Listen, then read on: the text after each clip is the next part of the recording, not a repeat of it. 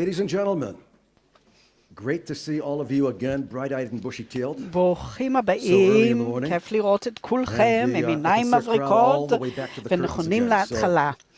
כל הכבוד, which means שאפו, you guys are great. כל הכבוד לכולכם שהגעתם כל כך מוקדם בהנץ השחר. אז לפני כל הדיונים היום, אנחנו רוצים לקבל את שר החינוך, חבר כנסת נפתלי בנט, ולתאר אותו בצורה הטובה ביותר, לבוא ולומר שהוא ציוני ואכפת לו מישראל. What I love about his profile is the fact that his parents immigrated to Israel from the United States of America, which is so prevalent regarding Israel being a country of immigrants. Another thing about Naftali Bennett is the fact that he's one of the best ministers of education in the history of Israel. He's put mathematics as one of his priorities, changing things around.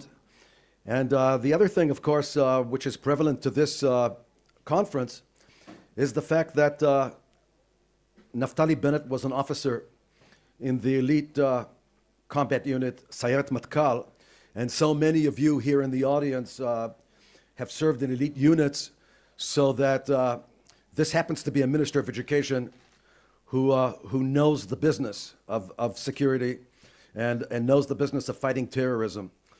And one last, but certainly not least aspect of Naftali Bennett is the fact that he is the one and only minister of education in the history of ministers of education in the state of Israel who decided to consider IDC Herzliya Israel's first private and non-profit university, and to grant IDC Herzliya the opportunity in the not too distant future of providing PhD degrees, and it will be Professor Boaz Ganor providing PhDs in the area of counter-terrorism, okay, as a result of what Naftali Bennett did, okay, and no other minister of education has done that, and that's a fact. And my president, Professor Uriel Reichman, loves this. My president, Professor Uriel Reichman, may not agree politically 24 hours a day with everything, but Naftali Bennett is a Zionist, and Professor Reichman is a Zionist. And there are left-wing Zionists, centrist Zionists, and right-wing Zionists. There are post-Zionists who aren't part of the Zionist family. There might even be some fascists on the extreme right who also aren't part of the Zionist family. So we have sitting in that front row there, 3 Zionists, okay? Naftali Bennett, Boaz Ganor, and Bogie of the 35th Brigade. They're Zionists, and it doesn't really matter. In our democratic state of Israel, we have this freedom of expression and freedom of choice. But at the end of the day, those of us who are willing to lie down on the barbed wire to defend Israel from terrorism, just like so many of you in the audience do in your home countries, that's the bond between all of us, and no one is going to create a rift in that bond. And without any further ado, the one and only Naftali Bennett, who recognized us as a university. And let me tell you, you have no idea how important that is for IDC Herzliya. Thank you, Naftali.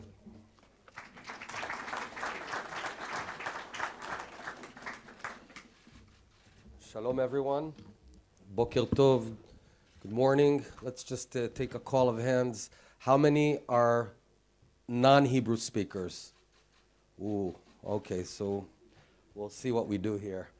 But you do have those earphones. So good morning. Thank you, Jonathan.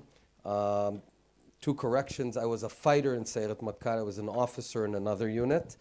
And secondly, we're not considering the PhD. There's going to be a PhD, and the interdisciplinary center is going to become Israel's first private university. So I also good morning to Boaz Ganor and to former Defense Minister Bogie. אני אדבר בעברית ובחלקים אולי גם באנגלית. אני רוצה היום להקדיש את השיחה לשתי אסכולות ששוררות בשבועות האחרונים. דובר בתקשורת על ויכוח או עימות חריף כדברי הפרשנים בפורומים ביטחוניים מסוימים. הוויכוח האמיתי הוא בין שתי גישות. Argument is between two approaches. One approach of disconnecting from the enemy, or another approach of creating ongoing contact with the enemy, like a lawnmower. To disconnect and earn temporary quiet while the enemy strengthens itself, or to have ongoing contact and make long-term gains. I would like to make it unequivocally clear, in this neighborhood, if you don't cut your lawn, the lawn will cut you down. And let me explain that from a historical perspective. We are now marking 25 years since the Oslo Accords, and I would like to sketch out a thesis of what underlies each of these approaches. In fact, the ethos that prevailed in Israel for many decades from the establishment of the state was an offensive one in the 1950s of retributory attacks, and in the 60s and 70s. And I think that when Rabin decided to go to Oslo, it was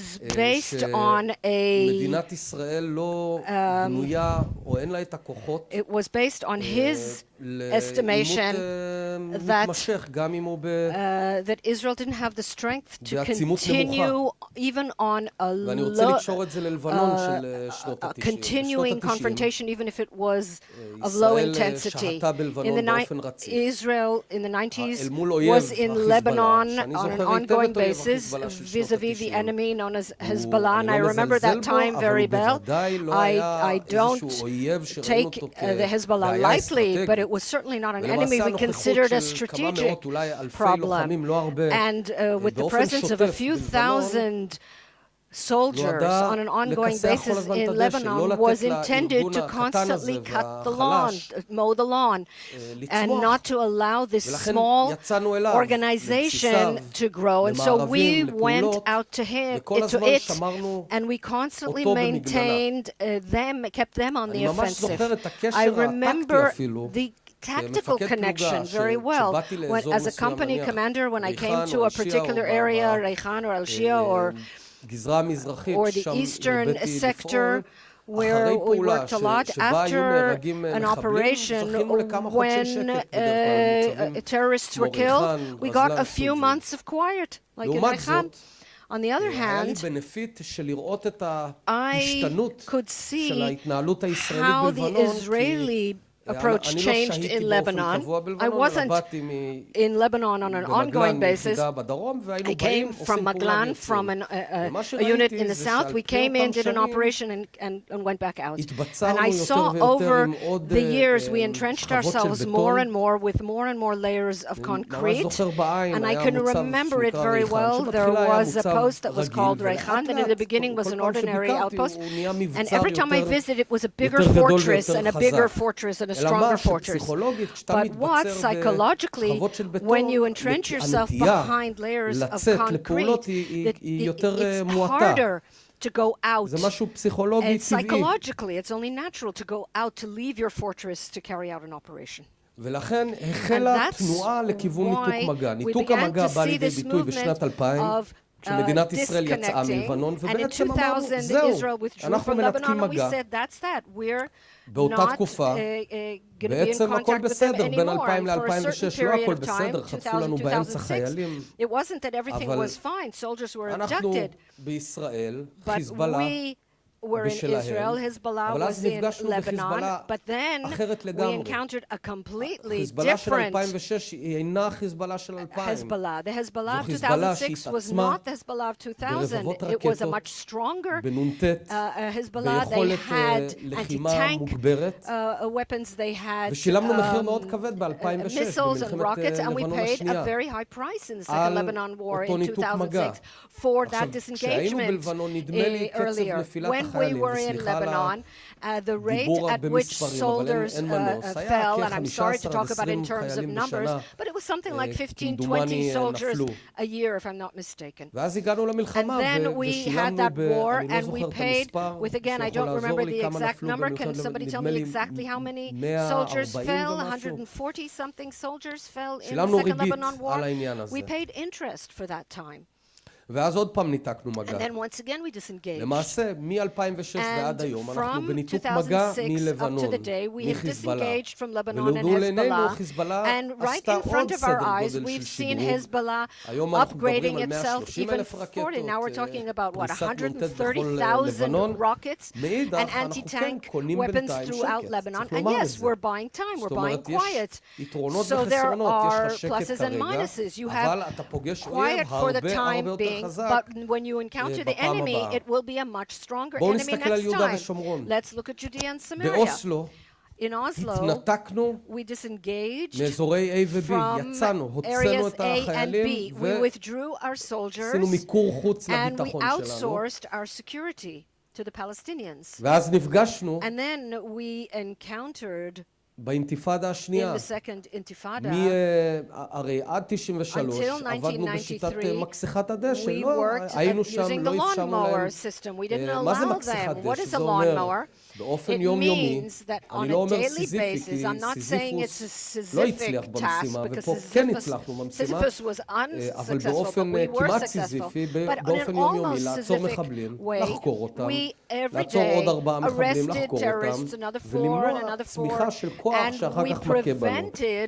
אז בין 93 ל-2000 זה 7 שנים של ניתוק מגע, הפסקנו את מכסחת הדשא, ואז ב-2000 נפגשנו באינתיפאדה שגבתה נדמה לי 1,400 הרוגים ישראלים, אזרחי ישראל בתל אביב, בירושלים. ואני גם זוכר את הפסיכולוגיה, לפחות כאזרח ישראלי. ב-2001, 2002, הכניסה הפוטנציאלית העתידית לשכם, לרמאללה, לג'נין, היה נראה עבור אזרחי ישראל כאיזה אסון, איזה אלפי הרוגים יהיו.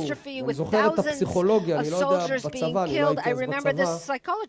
חייתי בניו יורק באותה תקופה, באתי לעשות את המילואים פעמיים, גם באינתיפאדה וגם בחומת מגן. אבל אז יצאנו לחומת מגן, פעולה אגרסיבית מאוד, שבעצם השתלטנו מחדש על כל השטחים ביהודה ושומרון. ותוך שנה-שנתיים ביססנו את אותו אמצעי של מכסחת דשא.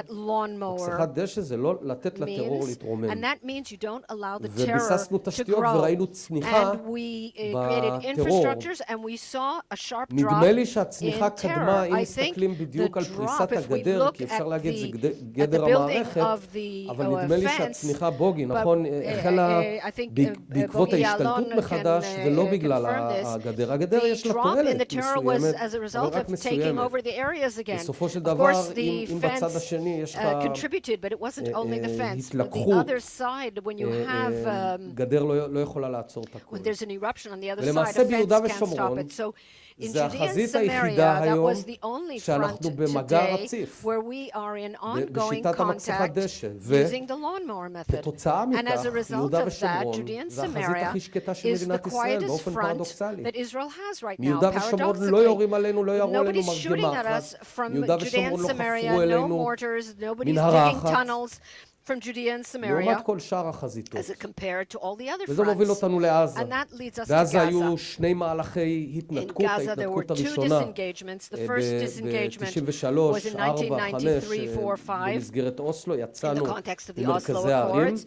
We withdrew from the city centers, and the second time was the disengagement in 2005, which was supposed to, according to the leaders of the state at that time, bring us greater security.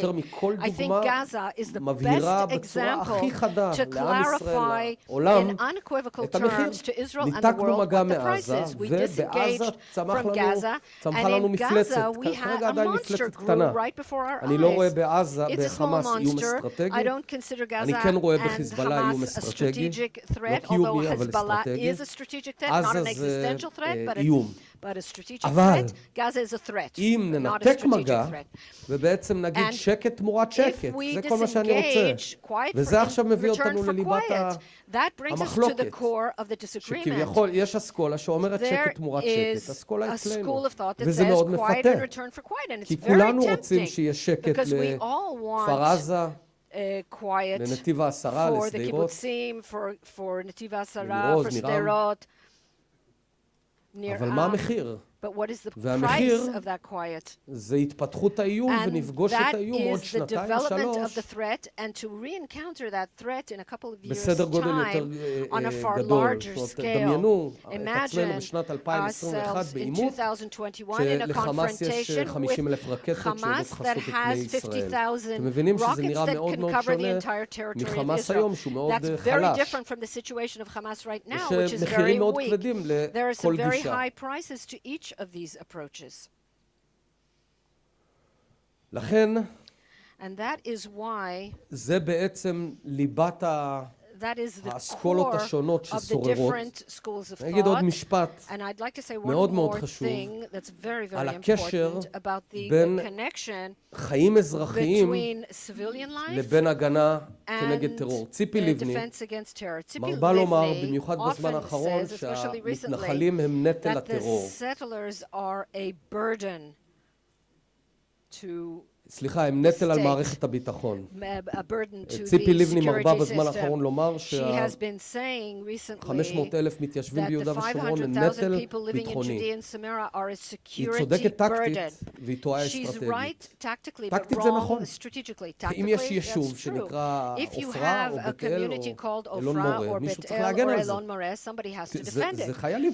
Those צריכים are שם חיילים, soldiers. You צריכים need ג'יפים, soldiers there. You צריכים need מערכת jeeps. ביטחונית, You ואם need הם a לא whole יהיו שם, לא יצטרכו security להגן system. עליהם. If they're not there, they טקטית היא don't need to צודקת. be defended. So tactically אסטרטגית היא speaking, טועה she's right, בגדול. but strategically she's כי very wrong. אסטרטגית Because אין קיום strategically, לאורך זמן של כוחות צבא army forces cannot ביהודה ושומרון maintain a presence over time in בלי Judea and קיום Samaria אזרחי, בלי without זרימת החיים civilian היומיומית של coordination, חצי without מיליון אזרחים day-to-day שנוסעים life of those בכבישים, 500,000 שכופים civilians בעצם על צה"ל להגן who עליהם, travel the אין לך roads, צה"ל. who, so to speak, אתה תוכל להחזיק force שנה, the שנתיים, IDF to אחרי defend 3 them. You שנים can hang on for a יקומו year 4 or אמהות, יהיה two, לחץ but ציבורי, after מה 2 אנחנו or 3 עושים שם, years, אין you'll have כלום, another בואו 4 נצא. mothers movement demonstrating to זה make יקרה us כי זה withdraw, קרה. and it will happen because it has ולכן happened. האמת היא And so the truth שחצי is מיליון that those half אזרחי ישראל million שגרים ביהודה Israeli ושומרון citizens that live in הם Judea and נכס ביטחוני Samaria are יסודי a very fundamental לקיום מדינת ישראל ולביטחון כלל security אזרחי מדינת asset ישראל. מי to the שחי state of Israel באלון and מורה to the defense of the מגן state of על מי Israel. שחי בתל People אביב living in כעובדה. Elon Moreh defend people אם הוא לא יהיה living in באלון Tel מורה, Aviv, לא יהיה because לנו if they're צבא not in באלון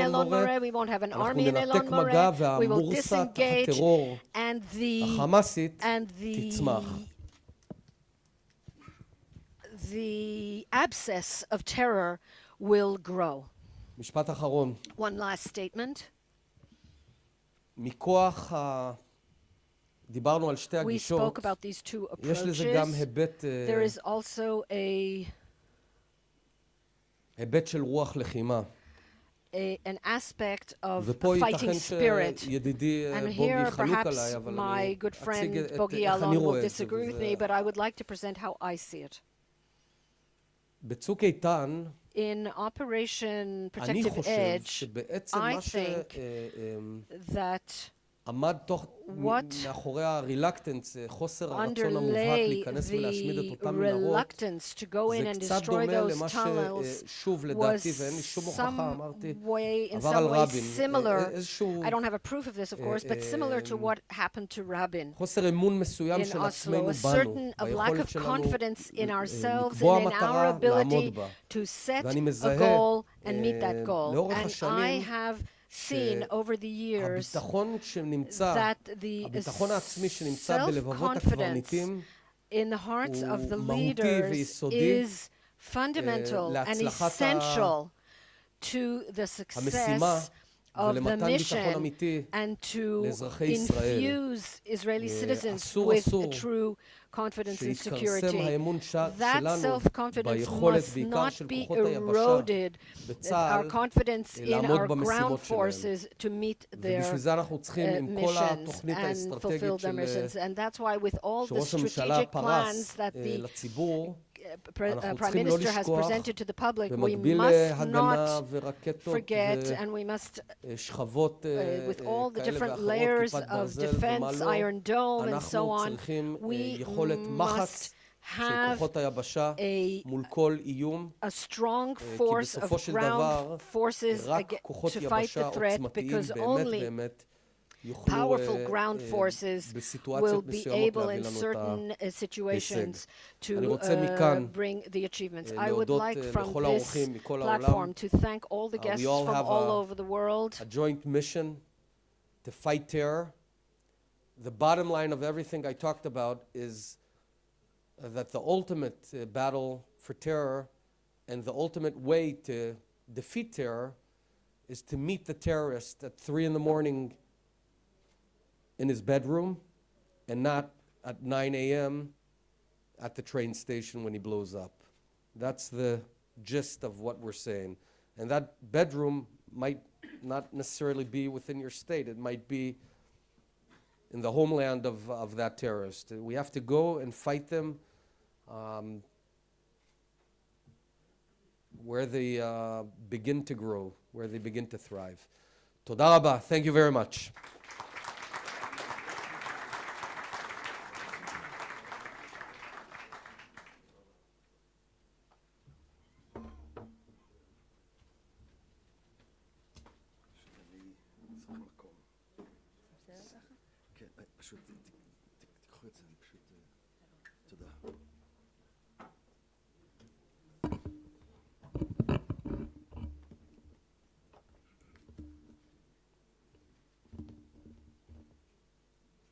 I want to thank Minister Naftali Bennett.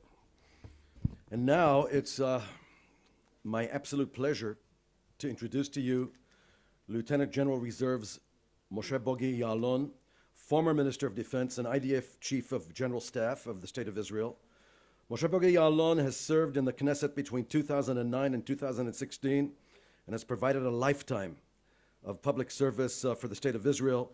Ya'alon enlisted in the IDF as a paratrooper in 1968.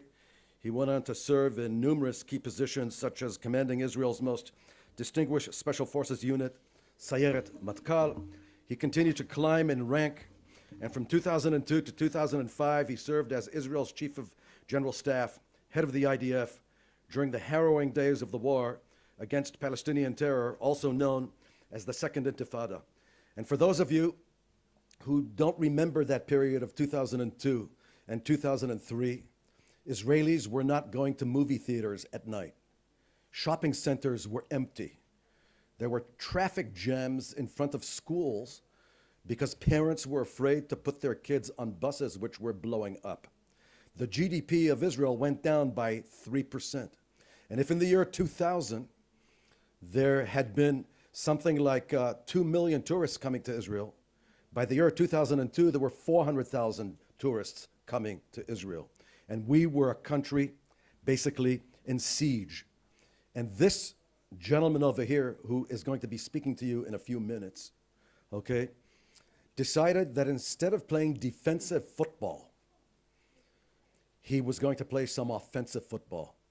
And what Naftali Bennett was saying here, meet the person at 3 a.m, Ya'alon did this on a number of occasions. And this ishit lochetzet, I call it, this full court press, okay? The full court press, as we say in basketball, of Bogie Ya'alon at that time lowered month by month the terrorism in this country due to his offensive philosophy. And in 2008, Ya'alon announced his entrance into Israeli politics as a member of the Likud party. And then in 2009, he was appointed as Minister for Strategic Affairs and Vice Prime Minister. In 2013, he was appointed as Defense Minister, a position from which he then resigned. He once said that when you walk around general headquarters in Tel Aviv, it's a good idea to wear heavy boots because there are sometimes political rattlesnakes in the area. And I have to tell you that Ya'alon, from the point of view of honesty and sincerity and of values, tells it like it is. He hasn't changed since he and his wife were kibbutznikim in the South. Your wife once worked for me, by the way, when I was in the Jewish agency and she was absorbing Soviet immigrants, okay, when you were down south as a kibbutznik. And in my view, I just want you to know that Bogie Ya'alon is what we call the beautiful Israel. Bogie Ya'alon, the floor is yours.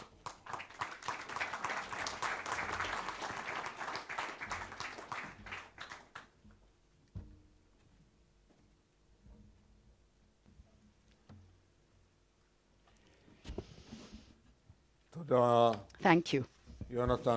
Thank you very much, Jonathan, for such introduction. I think after that introduction, I can just go home. Good morning, one and all. I'm delighted to be here. Thank you, Professor Boaz Ganor, the founder and the director of the Counter-Terrorism Institute. And truly, I salute you for that consistency and for having continued your work with this institute, because its work is so important. And I think that for so many years, we're talking about decades, in fact, it's become not only a challenge for the state of Israel, but of the entire free world. And when I look at Israel in hindsight, it is so sadly experienced in our counter-terrorism. And we're talking about the attacks of gangs of terrorists and guerrilla fighters, even before the inception. We call them the Fedayeen, that came out of the neighboring Arab countries, attacking people close to the border, and attacks before the inception even of the state of Israel. And then after that, the Palestinian and the Palestinian guerrilla attacks in the 70s and the 80s, and hijacking of planes, and Palestinian Iranian terror, even before and after the Oslo Accords. We talk about the suicide attacks, the Al-Aqsa Intifada, and the rockets that were shot that were then used by the Hezbollah from Lebanon, and the Hamas in the Gaza, and then the lone wolf ones, and the actual running over of people, bulldozing them like that.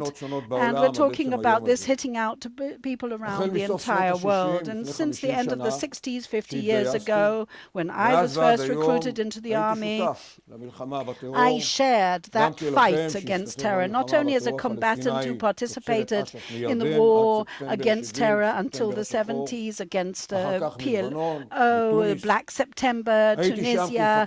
I was there actually as the commander of Judea and Samaria, if we're talking about the first intifada in counterterrorism, and then actually grappling with it during the Pillar of Defense campaign. And I was there as a Minister of Defense with the tunnels and then Protective Edge and the lone wolf lone wolf terror attacks as well. And I wrote books, one of them that was published just 2 weeks ago, and hopefully it will be translated into English as well. And yes, I went into detail about my own personal experience with counterterrorism, tactical, operative, and strategic issues. And if we're talking about those issues, and it is well known nowadays as well, if we're talking about the various efforts that were exerted and made, if there are any comments that I have, they're mostly to our politicians. Those are the only ones from within, that they perhaps chat too much and they are too belligerent with upmanship. And I believe, as Roosevelt did, that you have to hold a very heavy stick in your hand. So if we're talking about over the last 24 hours, those who are actually, if we're talking about the threatening of what is happening in Iran, and I think that those expressions and the way people actually talk, I think are definitely yes, and the various activities that have been carried out over the last 24 hours. And I think that if you want to shoot, don't talk. And I think that that is exactly to the point nowadays as well, with even taking responsibility or being accountable for various things that Israel does which are correct. So from this very important podium, I would like to actually focus on a strategic level, political and international level, about the lessons that are to be learned. Well, the first lesson I'd like to talk about is can one actually win over terror? I think is not legitimate. The answer is that yes, it has to be. It's incumbent upon us to do so. Never surrender to terror. It's very difficult sometimes for the politicians, but it is an iron rule that has been proven in our history as the rule to adopt. And the State of Israel has always adopted this, even if we're talking about bargaining situations in Ma'alot, in Kiryat Shmona, Misgav Am, Entebbe. There's no bargaining chip here. It's not worthwhile trying that. And when we did surrender, we paid a very, very heavy price. If we're talking about Gilad Shalit or Jibril, it suddenly made the bargaining chips well worthwhile. And we don't believe in that, and we know there should be no negotiating. And that is the way things have been perceived by our enemies in the Oslo Accords or in the disengagement. Terror prevailed. So if we're talking about the Hamas terrorists in Protective Edge, for example, they never surrendered to any of those 7 demands of the Hamas for a ceasefire, even if it went on for 51 days. And the result was nearly 4 years of lull on their part, not even the shooting of one bullet. We talk about deterrence and definitely restraint till this very day. So I think that when people speak about sort of denigrating things, about the incendiary devices that are sent over, believe me, someone who actually has violated sovereignty and gone over the red line, then you have to pay a very heavy price. And now let us go to see what happens in the international sort of system. One has to agree that terror is terror is terror. There is no good positive terror or bad terror. The fact the international system does discriminate between these in a subjective way of the international constituents then allows this to perpetuate.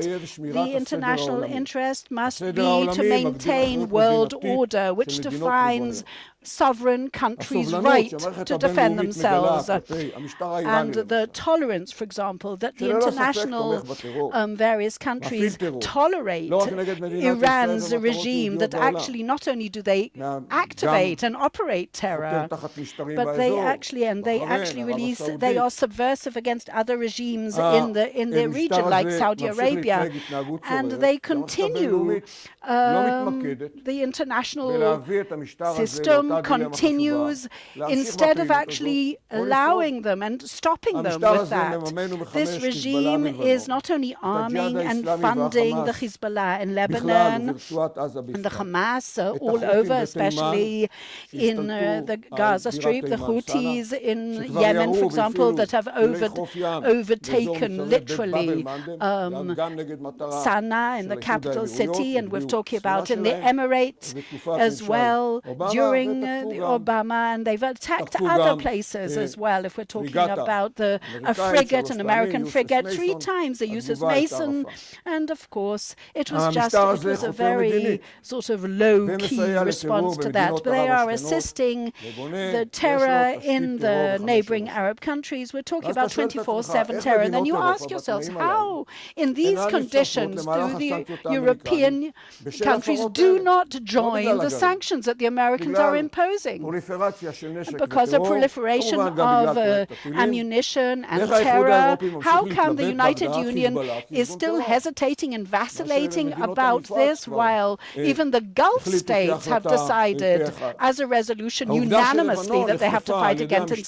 The fact that Lebanon is now under the arms of the Hezbollah, how come the Europeans and the United Nations are not actually curbing and thwarting this kind of situation? The State of Israel will have to act against the Hezbollah, who will open up in a campaign against us, and against the Lebanon government, who is responsible for the fact that they are there in their territory. And as Israel has done, if terror is filtering through from Syria or any other country. So therefore, anyone who is responsible, sovereignly responsible for terror that is coming out of their countries. Therefore, we will continue acting diplomatically and in every possible way, and they will, instead of the other countries actually attacking Israel for what they're doing. Now, for example, what happened in the Gaza, and then is establishing the Goldstone Committee and others, instead of actually counter-terror doing things, they create various inquiry committees. They, instead of coming, say that the Jihad Islam and the Hezbollah are shooting against Israeli civilians, using them as human machines, and actually attacking us in every possible arena and theater. That is a violation of world order, and that is a tailwind to terror. So when the Iranian regime used civilian flights in order to smuggle through arms and weaponry, as was actually reported on the news, this is not news for us, this is old news for us, and using, for example, the diplomatic even mail for that in Argentina, in Europe and Asia, it's not always against us, by the way, it could be against a convention against the Iranian regime in France. It goes through this diplomatic mail. The international arena is not actually mobilizing itself against it. They should be isolating Iran, both economically and in any possible way, and condemning what they are doing. But they should be totally drying up all their funds. They need those funds. After all, they could possibly detrimentally affect the terror in so many ways, but they're not actually being activated. Iran, Hezbollah, Lebanon, these sanctions, for example, the bilateral ones at the moment, can actually cause less money going through to Hezbollah. So why is this not done by the international whole system and all the other countries? For those, for example, they have to somehow try freeze all their monies, and when it is done, then of course it is successful.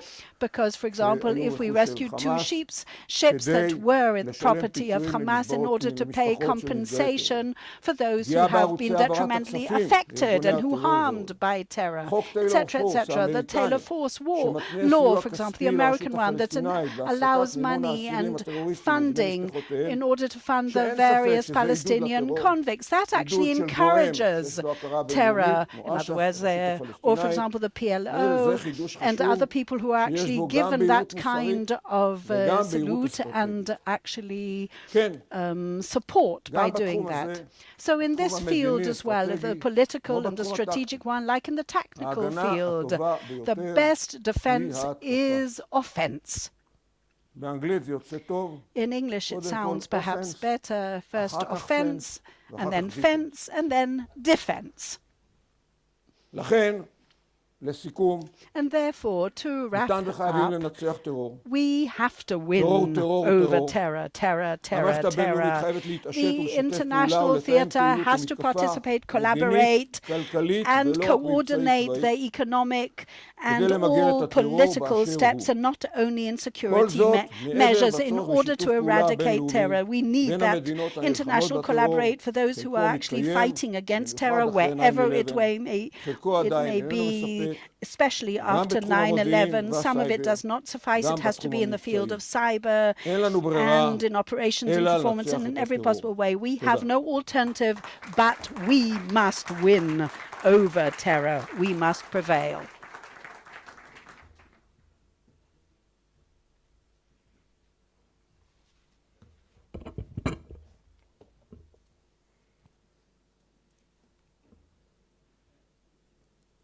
I want to thank Bogie Alon. And now it's my pleasure to introduce you to Mr. Yigal Unna, Director General of the Israeli National Cyber Directorate, INCD, Israel. Yesterday, Michael, when he delivered his talk, mentioned that there will be 8 billion cell phones in the world by the year 2020. So it's an interesting topic. Mr. Yigal Unna is the Director General of the Israel National Cyber Directorate, INCD. Mr. Unna previously served as Chief Executive Director of the Directorate's Cyber Technologies Unit in INCD. Mr. Unna has 3 decades of experience in the Israeli security apparatus in signet cyber positions, combining intelligence, R&D, and operations together with policy and capacity building. Among other roles, he served as head of the SIGINT Cyber Division in the Israeli Security Agency Shin Bet, directly under the Director General. Mr. Unna holds an MBA at Tel Aviv University, probably because at IDC, probably we didn't have MBAs at that time. Otherwise, I'm sure he would have completed his MBA at IDC, and has a BA in History and Management at Tel Aviv University. Without any further ado, we invite you for a fascinating talk.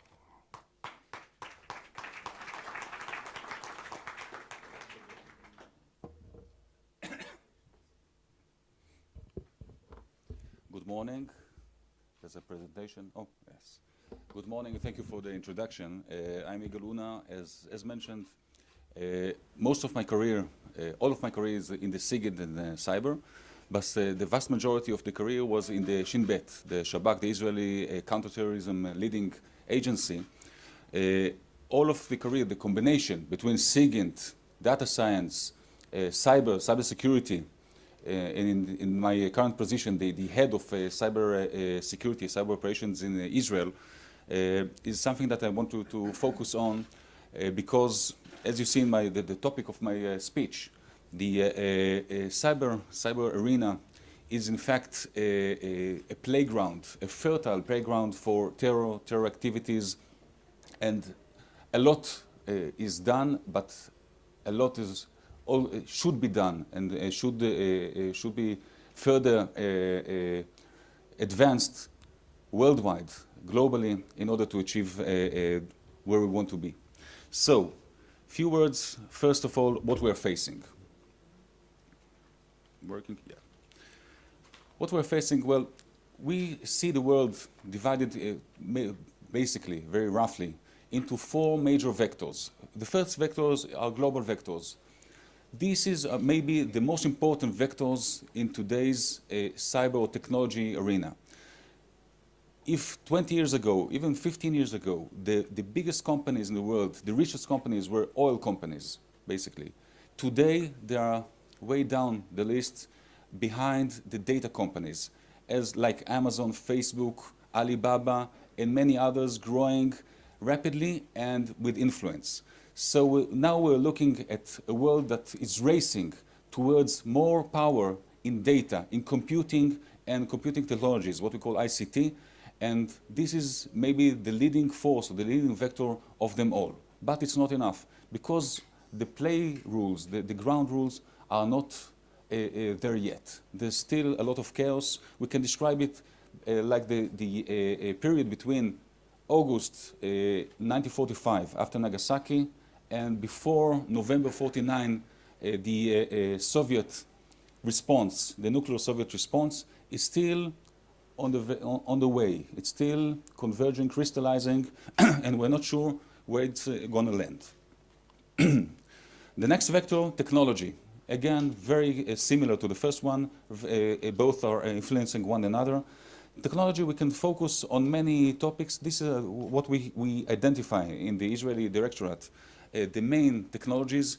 Today, a couple of months ago, the Prime Minister launched a new initiative to focus on, to examine these 5 or 6 major technologies and where Israel wants to be the leader or the leading power in these technologies worldwide. In others, we certainly don't want to be behind. But in some of these, we can and we are a leading power and want to be even more. So we see the artificial intelligence, the cloud and remote access, the IoE, unlike IoT that everyone knows, Internet of Things, IoE is Internet of Everything, because it's not only things, it's also living tissues. It's also part of the human body that already beginning to be connected to the net, connected for medical reasons and others, for monitoring and other reasons. So we're looking for a couple of years, it's not decades, that will be more and more connected to the cyber, to the internet. And of course, authenticity, biometric, and blockchain. This is an example. I'm not sure how many of you are familiar with the term adversarial AI, adversarial artificial intelligence.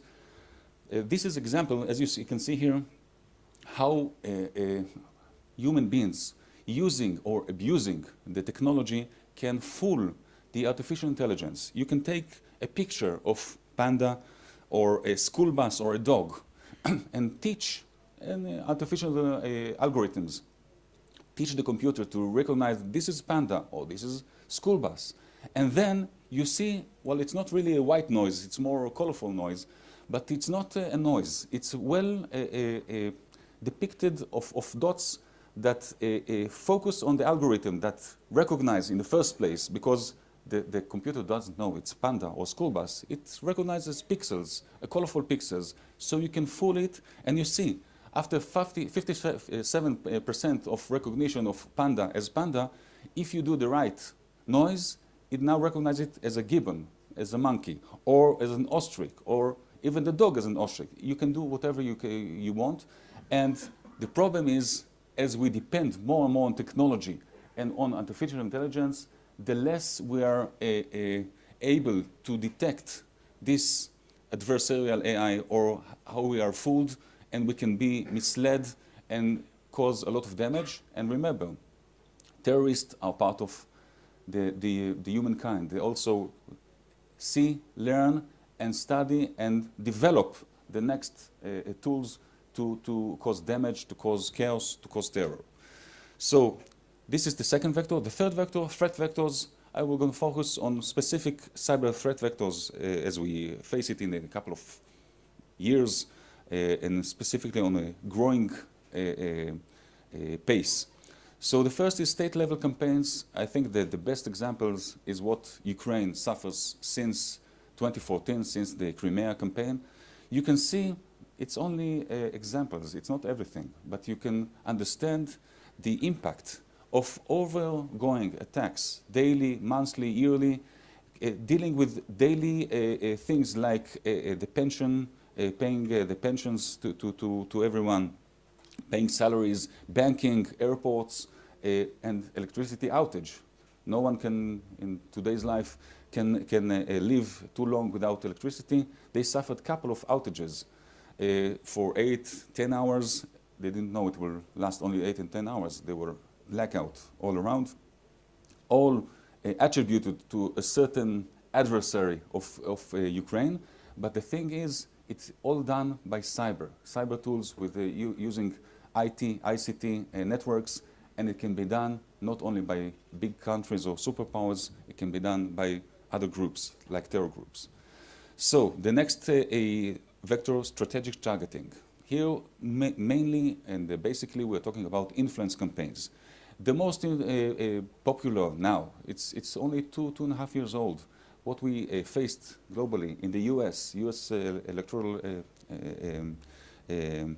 elections, presidential elections, 2016. Now on the open, the finger is pointed against Russia by the FBI, by the federal American government. But we see it's not only in this case. We see more and more cases of interfering, using our soft belly. We are democracies, open liberal democracies, more and more dependent on internet, on public media, digital public media. So we are more dependent, more vulnerable, more easy to be harmed than the other side. They are like terror groups. They don't have democracies, they are not dependent on digital, they are way behind, and they understand this asymmetry. You see, just a couple of weeks ago, 11 years old a hacker in a hackathon, in a drill in the US, in Florida, managed to infiltrate even the voting system itself. But you don't need to change the result. What the Russian did, attributed by the Americans, of course, was dealing with the public opinion and causing chaos and inflammatory measures in an already divided nation. I think most of the democratic nations are basically divided, a lot of issues, but you can inflame it and empower it in an abusive way, and that's in the cyber, in digital era that we live in, is much more vulnerable. But my favorite example is this, an old example. 5.5 years ago, in 2013, just 2 weeks after the Boston Marathon explosion, back then the US and Syria had a struggle over the chemical weapons proliferation. And in the middle of the day, with the explosive atmosphere in the US after the Boston explosions, Associated Press Twitter account, very highly reputable associated news agency, you see in the middle of the day, 1 o'clock, breaking 2 explosions in the White House, President Obama is injured. Well, everyone stopping what they're doing, TV cameras going to the White House to see, and immediately you can see what happened in the stock exchange. This spike here, you can see it's about $20–25 billion. It took 7 minutes, back then, 5 years ago, it took 7 minutes to Associated Press to realize they were hacked. It's fake news, they published it, corrected it. Lucky for them, the basic advice to attacker, now we can speak it on the open because everyone practices it. If you manage to hack something, change the password, so the owner will not be able to counter it. But back then, the hackers didn't do that, so it took 7 minutes to fix it. You see the damage, the potential damage. What amazing, again, 5.5 years ago, that the US, with this economy, with $1 billion, was a victim for 4 hackers, Syrian hackers from the Syrian Electronic Army, which is a small, very mediocre cyber hacker squad for working for Assad regime. And they didn't have 0 days or A200 unit or anything like that. They just tried the Associated Press, probably a combination of 1, 2, 3, maybe even 4, and managed to hack the password and change it. But the daring, the understanding that this is the soft belly, and if they just do this, pinpointing an Associated Press Twitter account in the middle of the day in the atmosphere, you can cause this damage. This is a lesson that we all must learn and realize and prepare to meet. And this is, again, 5 years ago. Now we're facing more and more. So when we're talking today in cybersecurity about how to protect critical infrastructure, we're mainly focusing not only on a specific of electricity, of course, of water, of course, but mainly of what undermines the people's trust in our system. It's trust in democratic system, in political system, in financial system. You don't need to collapse all the SWIFT or all the banking system. You just need to hurt one medium bank and cause the terror impact, the psychological impact that everything is vulnerable, that everything can be, all your money can fly out somewhere, and in cyber you can do that. Not everywhere, just to pinpoint, this is our soft belly and we must realize it in order to mitigate it. Last but not least, also intimidating, but this is the life, is what we call super weapons proliferation. A few years ago, we were looking at our intelligence assessment. As was mentioned, most of my career I was in counter-terrorism. So we had the intelligence and good intelligence, and we said, okay, the superpowers, the nation state, have strong weapons, but they're more restrained because they have more deterrence, more things to lose. The terror groups, the small groups, well, they are not restrained, they are less deterred, but they are small, they don't have the power. In nuclear power, only in Hollywood movies, God forbid, knock on wood, nuclear weapons proliferated from the superpowers to terror groups. Nothing in real life really happened, as we know. In cyber, already happened. Why? Because the warheads, the kinetical warheads, if they don't explode, they are, after launch and dropping, it's very hard to reuse them against those who launched it. Cyber is a code. If it's not self-destructed after launched, the victim can take it and reuse it, abuse it, and take advantage of a super weapon that was launched against him, if he survived it, and many times they survive, against those who launched it. It's not enough. We face, as you see, more and more leakages, insiders, Snowden effects of, again, superpower, super weapons leaking out and getting to the hands of the wrong hands, to terror groups. So the equilibrium, the equation, okay, big powers but more restrained, no longer in cyber weapons, and we see cyber weapons can cause a lot of damage. So I want to elaborate on supply chain, but we're all vulnerable to supply chain that is not manufactured in our country, in our facilities. We buy it, we don't know where it was manufactured. And of course, cybercrime, that the defining line between cybercrime and terror and national security getting very vague, the seaman is not very clear. And we have a lot of examples of how to harness cybercrime groups to other means and other needs like national security. And if you have money, terror groups many times have sponsorship, they can buy the services of such groups. I'll skip that. So last, threat actors. I won't elaborate specifically on threat actors, of course, but worth mentioning the asymmetry. As I mentioned, it's very critical to understand. It's not enough that we're high-tech and startup nation and very digitalized. In fact, this is that asymmetry that makes us more vulnerable, and everyone share the same problem. And we also face the cyber arms race.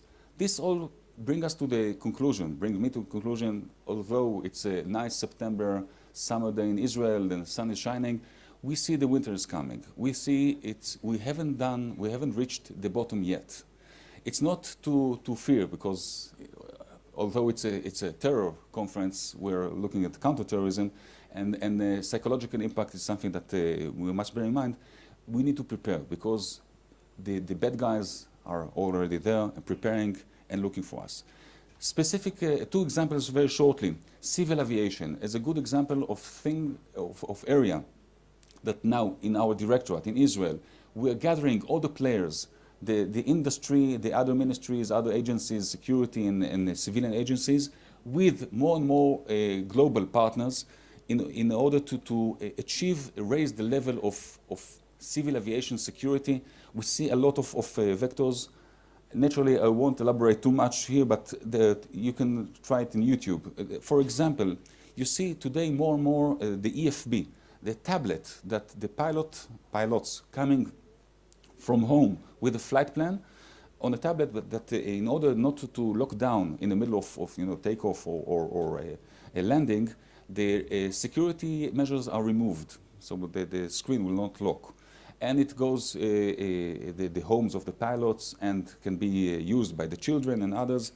The overall level of security, well, it's far from where we want it to be. And there are other examples. And again, in civil aviation, you don't need to really cause the catastrophe, God forbid. The impact of a compromise in airport, in a shutdown of airport, of airline, or in the middle of a flight, infotainment that shows you, the anonymous guys with their frightening mask, can cause a shutting down or lowering down of the numbers of passengers, which will have immediate bad impact on economy, on tourism, on everything. And in civil aviation, we are more sensitive. If a plane crashes in Siberia, it opens the headlines all over the world because this kind of sensitivity. So we are now focusing in a global plan with partners from all over Europe, US, and others in Asia in order to raise up, because no one can achieve this only bilaterally or unilaterally. It needs joining groups. Another field is the MediSec, the medical security. When a cyber attacks mean murder, more and more things, medical things, are based on internet, connected to internet.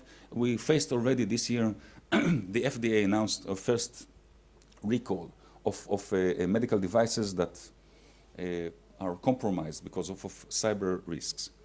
And we know, of course, WannaCry, a year ago, May, a major attack attributed to North Korean group that used, by the way, the Eternal Blue, a US supposed leaked super weapon or zero-day. They used it against all the world. Who suffered from it the most are the NHS, the British health system. A lot of numbers, 2.5 billion pounds, but the most disturbing number is 139 emergent surgeries that were postponed. Not mentioned in the official report what happened to the patients, but it doesn't seem really promising for them because of this attack, cyber attack. So what are the cure? Very shortly, the Israel government decided in 2012 to establish a civilian National Cyber Bureau. 2 years later, or 3 years later, we established the National Authority Operational Cyber Bureau. It took us another year and a half to understand that these two different agencies is not a very good idea. And since January 1st, we converged it into one cyber directorate, my directorate, I'm heading it. This is our main issues. First, securing Israeli cyberspace. And second, connected and embedded with the first one is development of Israel posture in cyber, which means global, because we understand that Israel alone cannot defend itself well unless we're working with partnerships or cooperation, because this is the nature of internet, of cyberspace.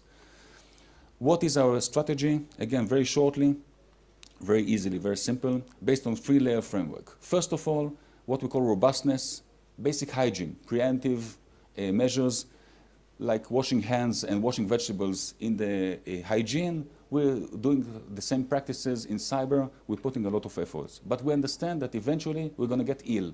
So the second layer is what we call the resilience. It means how fast we recover from attacks, from events, and how low the damage we allow the attack to cause us. The third, and it's related to counter-terrorism, in the understanding it's not a biological phenomena, it's not a natural phenomena, it's done by human beings with a motivation, and we're going for the next. So this is not under my directorate, this is done by the IDF, by the police, by the Shabak, by the Mossad, by the others, but we coordinate and orchestrate all the efforts, all the national efforts in order to achieve these 3 layers. We also deal with capacity building, because we understand that only operational side without the knowledge from the academia, like here in Herzliya in the interdisciplinary research center, and in national R&D, in of course industry, the Israeli industry and human capital, we won't have a long-going and a successful cybersecurity effort, and we'll put a lot of efforts. You know the numbers, growing numbers. One specific numbers that you bear in mind is this annual report of the best 500 cybersecurity companies in the world, done by American Cybersecurity Ventures. They categorize and rank it. In the overall list, out of 500, you see the numbers. First is the US, but second is Israel, with 42 companies. The third is UK, and you see it's like half of Israeli companies, and a long tail afterwards. But it's not all, because the author says, okay, it's 42 that we know in Israel, but another 40 Israeli companies based physically in Israel registered in the US because of tax and stock exchanges and other issues. So it's 280 US companies to 80 Israeli companies, 3 times. The economy is 300 times, and the population is 50 times. So this is where we want to be, and we want to make it even more. If you're looking for Israeli partners, bear that in mind. And last but not least, international cooperation. As I mentioned, it's crucial, basically, and specifically in cyber, I think in counter-terrorism as all, but specifically in cyber, if we don't stand united, divided we fall. And here we are putting a lot of efforts in the Directorate with Ministry of Foreign Affairs, with all the other agencies and ministries, and I'm approaching to you, all the non-Hebrew speakers here, that we're looking for partnerships with the multinational, with the global organization, with the UN, with the WEF, with the World Bank, with other agencies, OECD. Now, I think the awareness of cyber is raising, and we are offering our expertise, our industry, our academia, our knowledge, and operational tools in order to achieve a global umbrella of security. So to summarize it, these are some similarities between what I see in counter-terror and cyber defense, very similar. First of all, whoever routes the data. Both fields are based on a lot of raw material, raw data. Those who can rule the data and have the insights and understand what is coming from all the data can pinpoint and find the terrorist in advance and find the cyber attacks in advance. You need to build a good data science capabilities and good cyber capabilities. Public awareness and preemptive measures. In Israel, we suffered from attacks, terror attacks. We still suffer, but in a lesser way. We managed to reduce it in a big part of public awareness, of looking for bombs, for looking for suspicious behaviors, people that wear coats in the middle of the summer and others, and it is crucial in order to achieve it. Also in cyber, and the level of awareness globally is not too high enough. We need to do a lot of efforts in Israel and worldwide. To deal with the human perpetrator, remember, at the beginning and the end, it's not a natural phenomena, it's not a tsunami, it's not an earthquake. It's a bad people with a bad motivation. If you can pinpoint them and reach them and get them and apprehend them and bring them to justice, we take care of the problem. So it's not about just defending ourselves, it's proactive. I think both Minister Bennett and previous Minister Yigal mentioned it. This is the basic Israeli sentiment. Focus on the impact. Most of cybersecurity and terror are psychological terms. They focus on the impact. What we do now in the Israeli cabinet is we're preparing the cabinet members, the decision makers, for a situation. In fact, right now we have a big financial sector cyber drill with the cooperation with the FS Isaac, the International Financial Sector Cybersecurity, in order to raise up the level and bring the decision makers to be more prepared in a case that we hope it will not happen, but eventually it may happen in case of a big cyber attack, of outage, of something that will face it. And we see that as we prepare the psychological element as good as we can do, we are more prepared for attacks and the damage. And I recall the second layer, the resilience. We get more resilience. We can lower the damage, the potential damage from such attacks. And last and most important, the need to cooperate, both in counterterrorism and cybersecurity. Working alone will achieve you to a very low level. Only working globally with the trusted allies, with like-minded allies like you're sitting here, it will bring us to a level that we are looking for. And shedding light everywhere is the hacker's worst nightmare. If we can achieve limelights all over the network, all over the internet, in like-minded countries, we can push back the attackers, the hackers, to their holes and deter them from going out and hurting us. In this, I hope, more optimistic words, I wish you Shana Tova and the rest enjoy your rest of the visit in Israel, those who visit. And thank you, Boaz, for inviting me here. And thank you all.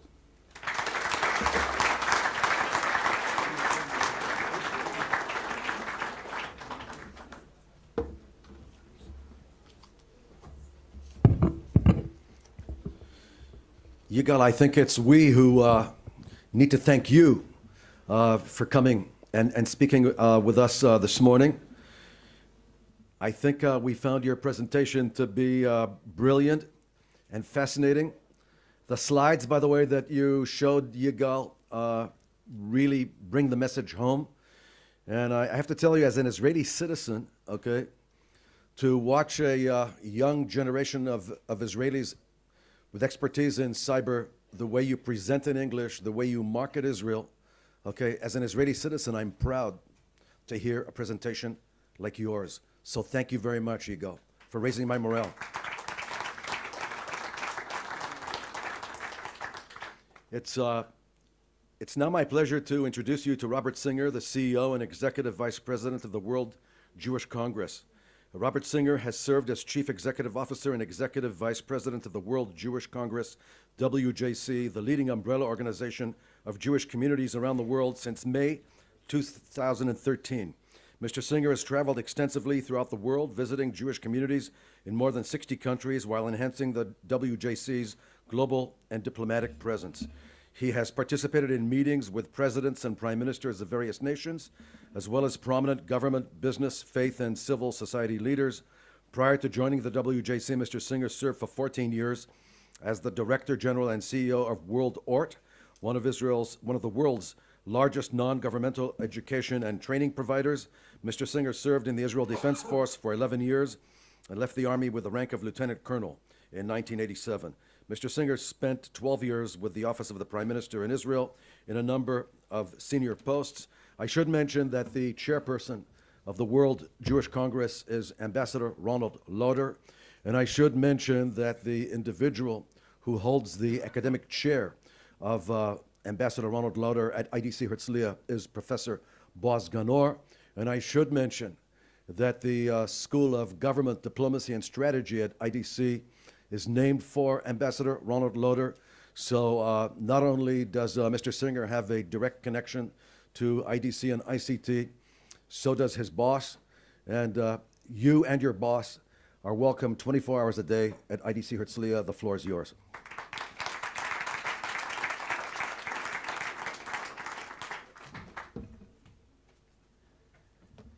Thank you. So all the conflicts of interest were mentioned. Excellencies, ladies and gentlemen, dear friends, a few months ago I was asked to speak to a similar audience at the Organization of Americas with the heads of intelligence services from different countries in Latin America. And the question I asked myself when they invited us is what actually I'm doing there. And the first question that they asked themselves when I came to this presentation, they asked themselves what he is doing here. And apparently, the only national or religious community that was affected directly because of them being Jewish in Latin America was obviously the Jewish community in Argentina these days. So I would like especially thank Professor Boaz Ganor, our host, and we're having long-term relations with the Institute, but specifically with Boaz. Salman Rushdie once asked rhetorically, how do you defeat terrorism? His answer was, don't be terrorized. That piece of advice is one that all of us have internalized. At least, I hope we have. That is the reason behind our deliberations here this week, and I know that you had a very successful day yesterday and have 2 days ahead of you. This distinguished forum is probably the most professional and well-informed gathering of experts on global terrorism. I do not believe I have to elaborate on the Jewish people's long and painful history as targets of terrorism. From Buenos Aires to Copenhagen, from Paris to Mombasa.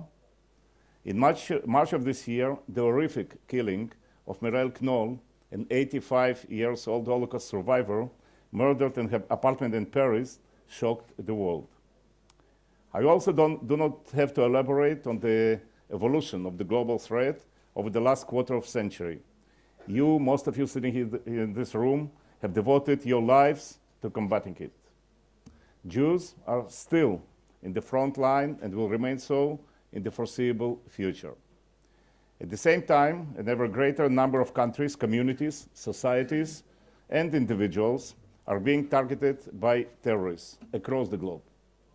From Somalia-based pirates to Boko Haram in rural Nigeria, from Afghan mountains to the deserts of Yemen, from London stately houses of parliament to the sunny beaches of Bali, from Boston to Brussels. These threats come from many quarters. There are deadly jihadists, but also neo-Nazis. We have to deal with well-organized and well-funded terror groups, but also with anonymous lone wolves acting on their own. I'm the CEO of the World Jewish Congress and the International Jewish Organization with a long history, as it was said, led by Ambassador Ronald S. Lauder, the man who generously endowed the school in which we are meeting and who deeply regrets that he could not join us here today. He asked that I convey his warm greetings for the success of this conference. The WJC, the World Jewish Congress, represents Jewish communities, large and small, in some 100 countries, from Argentina to Zimbabwe. Ever since its inception in 1936, the World Jewish Congress has been a political organization, the diplomatic arm of the Jewish people, engaging in diplomacy and advocacy to advance the agenda of the Jewish communities all over the world. In recent years, facing the mounting threat of terror, Jewish communities have turned to the World Jewish Congress, asking us to help bolster their security. In other words, to save lives. The WJC responded by creating a community security department led and staffed by some of the very best experts in the field, and some of them are in this room. Here is the basic principle that is our operative guideline.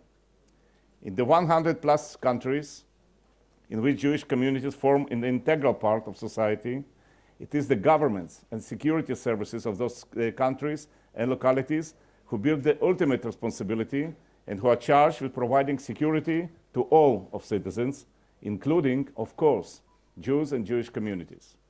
With that in mind, let us refer back to Salman Rushdie's advice. Don't be terrorized.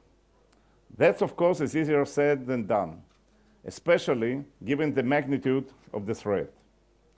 In order to bring this about, we have embraced a holistic approach.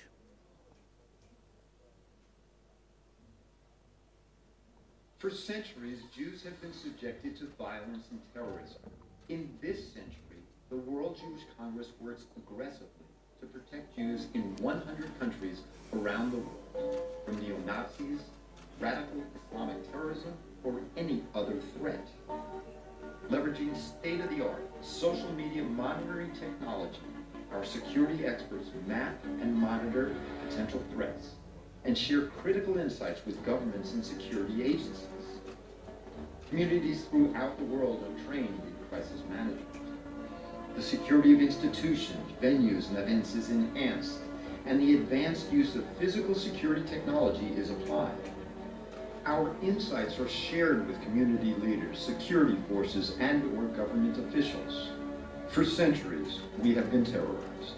For certain, today, we're here to help relevant authorities protect our communities and partner to ensure success.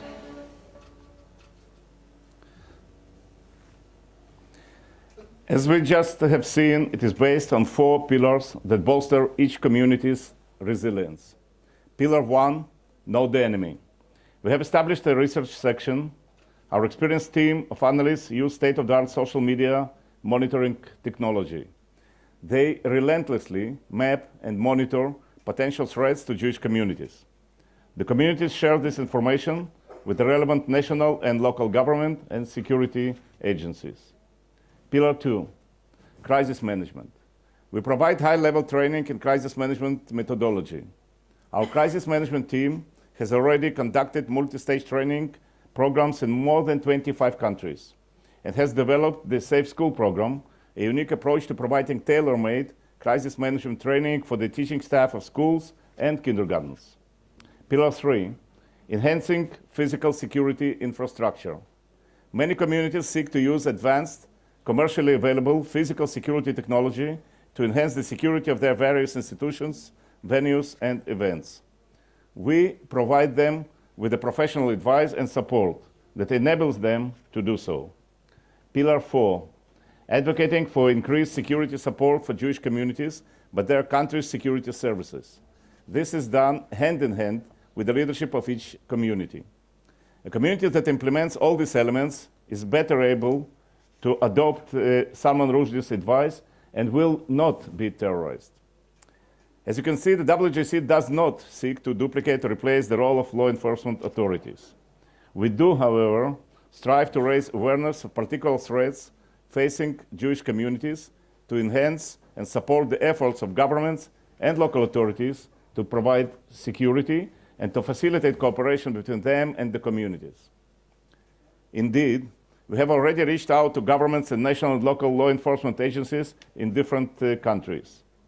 Many are eager to receive relevant information, and some have asked to participate in our crisis management training programs and to implement this methodology for their general needs. This cooperation is yielding fruit. In other words, it is saving lives. Some governments have truly gone a long way toward enhancing the security of their Jewish communities and institutions, and towards confronting terrorism directed at Jews. We must ensure that all the dots are connected and the so-called soft targets of communities in countries with little recent history of violent anti-Semitism or terror do not tempt terrorists.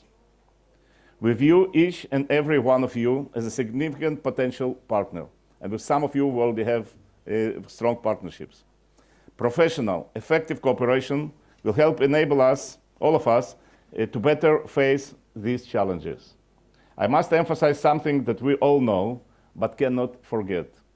Although terrorists often target Jews, their attacks are directed at Western society as a whole. Jews, Christians, and Muslims, innocent people of every nationality and creed. Today, people understand that we have a single common enemy, determined to bring disrupt to our life and bring down societies, that all of us are potential victims.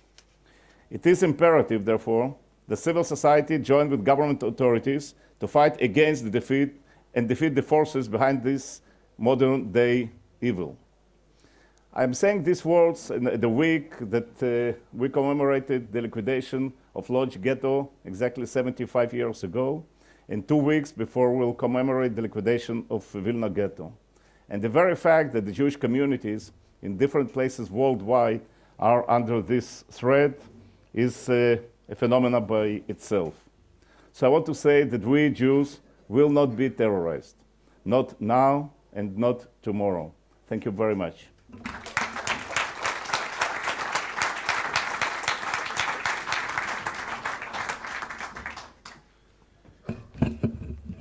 Thank you very much, Robert, for bringing us up to speed on all of the important things the World Jewish Congress is doing around the world to help fight terrorism, fight anti-Semitism. The stronger you are, the safer a lot of Jewish communities are going to be around the world. And now, without any further ado, we've got with us Marc Timmer, the head of Stadia and Security, Union of European Football Association, UEFA. Interesting region for you to be in. And Marc Timmer joined UEFA in 2002 as the organization's first head of stadium and security. His main responsibility was to develop and implement UEFA's stadium and security policies and strategies, and to enhance pan-European partnerships with relevant institutions such as the EU and the Council of Europe. For more than 10 years, he oversaw the safety and security of all UEFA competitions and UEFA Euro tournaments. For UEFA Euro 2012, Timmer steered the development and construction of the Stadia in Poland and Ukraine, and implemented joint training programs for police commanders and stadium managers. He also supervised safety and security operations during the tournament.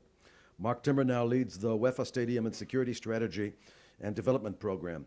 His main responsibility is to oversee and support the integrated approach to safety, security, and service across UEFA's 55 member associations. I just have one request.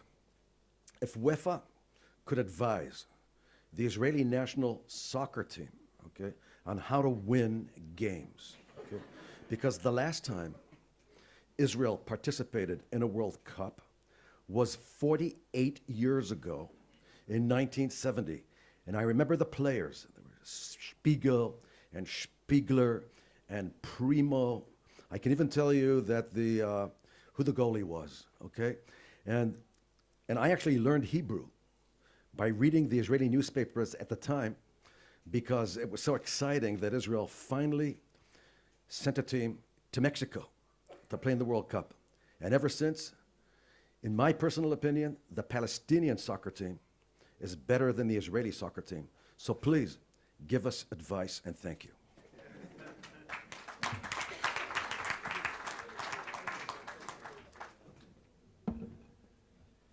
That's a very nice task. I know that you have a coffee break soon, so I'm not so sure whether I'm going to be able to answer that question. And I'm also not sure if I really want to answer that question. But what I do hope, of course, is that you will participate at all Euro competitions at all times. Ladies and gentlemen, distinguished guests, it's quite a pleasure, an honor for me to be invited to this stage. It's maybe a bit unusual because I represent a sporting organization, and we're not specialized in fighting terrorism, as you know. But we have realized over the years that we have a role to play. And I promise you I'm going to keep it very short and sweet because you're all longing for the coffee break, but I would like to share with you some of the insights, some of the activities that we do, because we believe that we have a role in also cooperating with authorities. So hopefully I will be able to provide you with some interesting experience from our side. I'm aware that there are many people here from the United States, and they might not be much into soccer, as they would say. So for those friends and colleagues, UEFA is a kind of umbrella organization. It represents 55 countries, 55 football national associations, and our core business is to organize football and to promote the development of football all over Europe.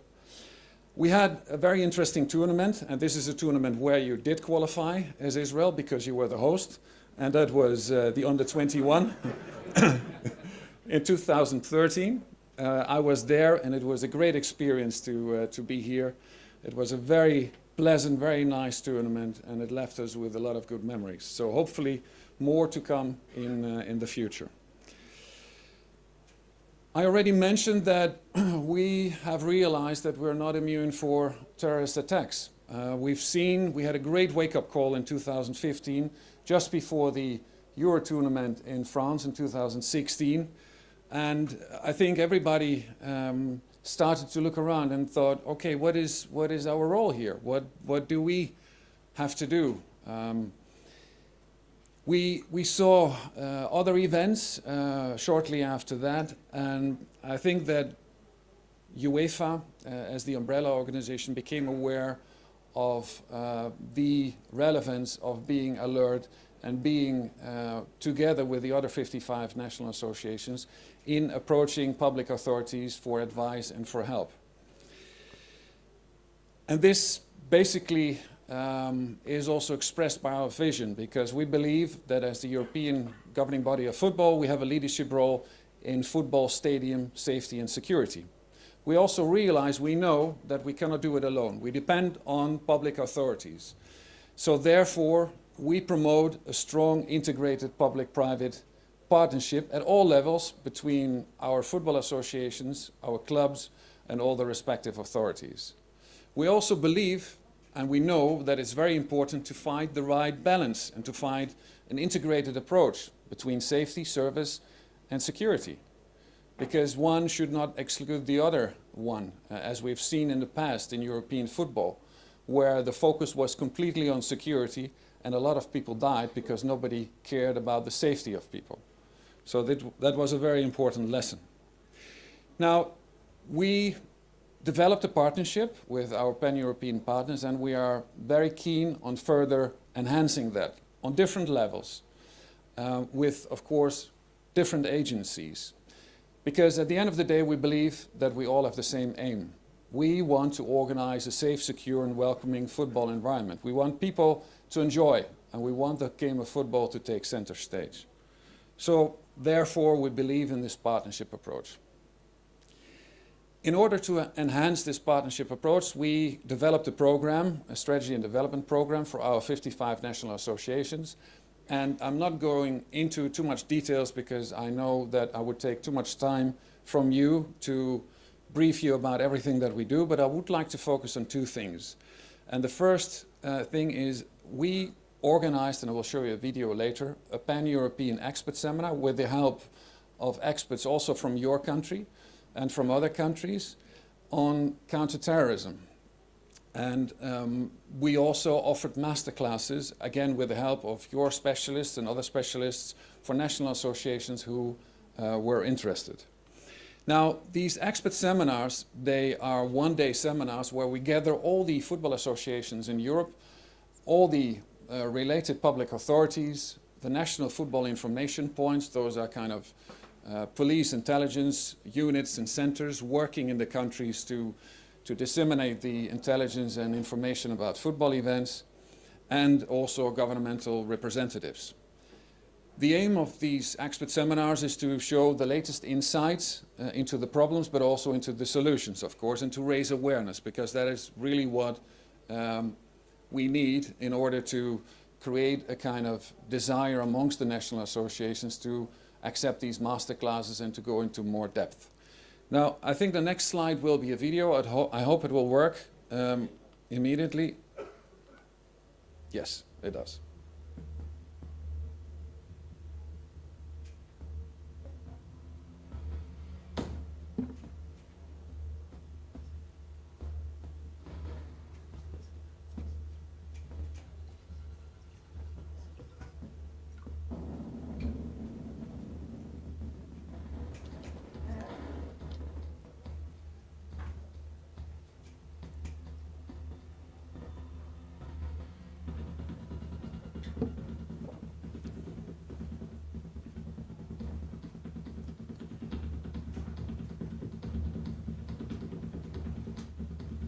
Nowadays, it is a time when we all, it doesn't matter which country or which club or which stadium, we all can face this problem, unfortunately, but we need to be prepared for this.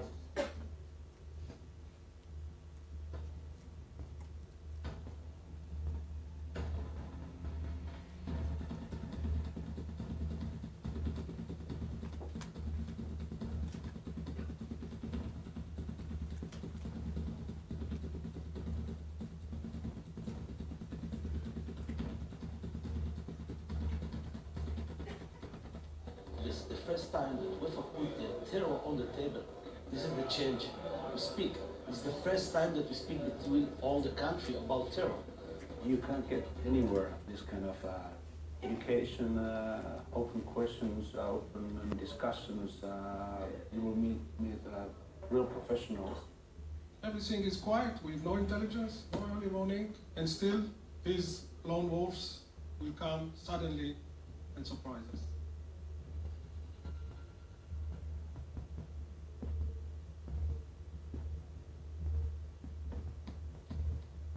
Now this is the terrorist attack itself.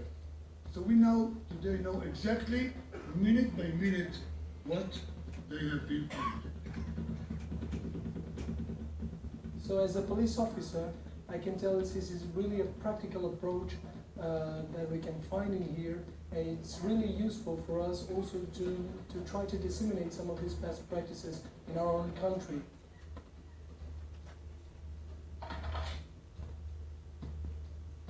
And we took 20 kilo, and he pushed the button, and this is what remained from the car. It's not a question of if things are going to happen, it's a question of when they're going to happen. Professionalism means that you invest in continuous learning. So, what is the overall security concept in your own countries? How do you protect your stadiums? So, take 5 or 10 minutes to have a discussion in your countries, and then we will come round the room. In my opinion, it's one of the best seminars that I ever attended. I recommend all the associations apply for the master class to get this training and to know what's going on around the world, around them. Everybody must act and take precautions. I remember here that I received in this conference many answers. From my side, I will give you a 10. I was very impressed that UEFA, as a private organization, took the initiative of organizing this very important event, like this Counter-Terrorism expert seminar.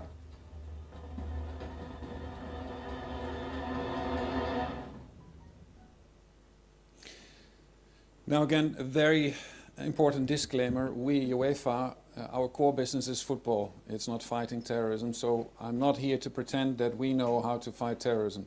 The only thing we did was to gather experts, to gather public authorities and private authorities, and to talk about the latest insights, solutions, of course, as well. We offered also masterclasses to national associations where we go into more depth. And we focus, of course, we don't focus particularly on public authorities, but we focus on our main stakeholders, and those are the stadiums and the football clubs and the football associations. But they invite public authorities, so at the end of the day, it is a kind of integrated approach because, of course, the authorities in the countries, the public authorities, they have the lead and they have, of course, the authority. But from our side, what we did was to raise the awareness amongst our stakeholders and to give a push in order to start a kind of development. So we also offered these masterclasses to national associations, and one of them was Russia in preparation for the World Cup. They organized a very successful World Cup this year, and there was hardly any incident that you could read in the newspapers. What did it bring to us? This exercise, this expert seminar on a pan-European level, and these master classes. What we've seen amongst the stadium operators, the football clubs, and the football authorities was an improved understanding of the threat, because many people were not even aware that there was a realistic threat also to their venues. We offered new learning from all kind of case studies around the world. We, of course, offered them to network and to expand their network. We also got the message across that technology alone is not the answer. You also have to invest in human resources. You have to invest in training. And this is sometimes a challenge for many stadium operators because events are under a lot of pressure, financial pressure. So it's important that they also see the human factor as a very important part of the chain. And of course, the integration of safety and security planning of counterterrorism, because at many football grounds, counterterrorism was a far from my bed show. It was not really part of the planning. And after the attacks in 2015, I know, for example, from colleagues in the UK, that football clubs over there, they really had to review their security concept, and they had to really beef up their operations in order to deal with this threat. And last but not least, of course, updated stewarding practices. We offer train-the-trainer programs for countries who are interested to implement a stewarding system. And of course, counterterrorism is now also in one way integrated into that package. It means that they are an extended arm of the authorities, and they have to play a role. They have to contribute to counterterrorism measures, of course. So what are the critical success factors? You're all practitioners, you're all very experienced, so there's nothing new here at the horizon, I believe. But theory and practice is a different thing. If there's one thing that I have learned in my time at UEFA is that when you start preparing for an event, when you sit around the table or try to sit around the table with all the stakeholders, then everybody believes that it will be okay and we're not going to face issues. But the reality is often very different. So working together, working in an integrated approach is absolutely crucial nowadays. You cannot work alone. You cannot in isolation. You have to work together and you have to find trust. And this often is also, of course, in many countries an issue between public authorities and clubs and stadium operators. It's not so easy to find the trust and to find the way to really go for an integrated approach, but it's absolutely critical, as well as a kind of integrated command and control system. You can imagine in stadiums that it sounds very easy, integrated command and control, but in many countries, the police and the stadium management, they're not in the same room. They don't really communicate. So the police takes certain actions or certain decisions, and the stadium management is not even aware. We have even a lot of cases in my own country. I'm originally from the Netherlands, very recently, where the police decided to evacuate the stadium, but the stadium management was not aware that this was necessary. And there was a big issue with the evacuation procedure. So people could have got crushed and died. So it's very critical that we work on the promotion of this integrated command and control. That was it. I hope I did not take too much time just before the coffee break. I thank you very much again for your kind invitation. It was a privilege to be here, and I hope to be here more often, but then with football tournaments and with maybe with Cubs. So thank you very much.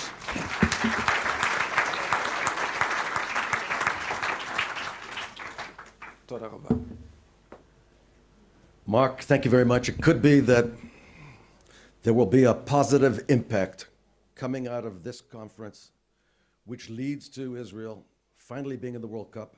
It's also maybe because they're adding 10 more slots, I think, for Europe to go to the World Cup, so maybe that'll help us. So maybe we can be at least 29th out of 28, something like that. So, you're right, your country was not at the last two, and my assistant happens to be Dutch, and she was in a period of mourning as a result of it. And I want to thank you for coming to present here. I think it's really important because yesterday we heard commissioners and deputy commissioners of police forces talk about the great need for the relationship between the police force and private organizations and businesses and organizations such as yours. I think it was Lucy who said that there are 10 bobbies patrolling Oxford Street, but 1,000 security people who are from the private sector. So this relationship is really important, and I think that Professor Ganor did well by having you speak at this conference, and I hope this becomes a tradition. And next time we meet, who knows? Zahavi might just score 2 or 3 goals by mistake. All the best, and thank you. Now, the story is that we're going to go to a break. We're going to have a 35-minute break. We're going to be back here at 11:30 when Brian Jenkins is going to run the next show regarding the global jihad. Okay? Bon appetit.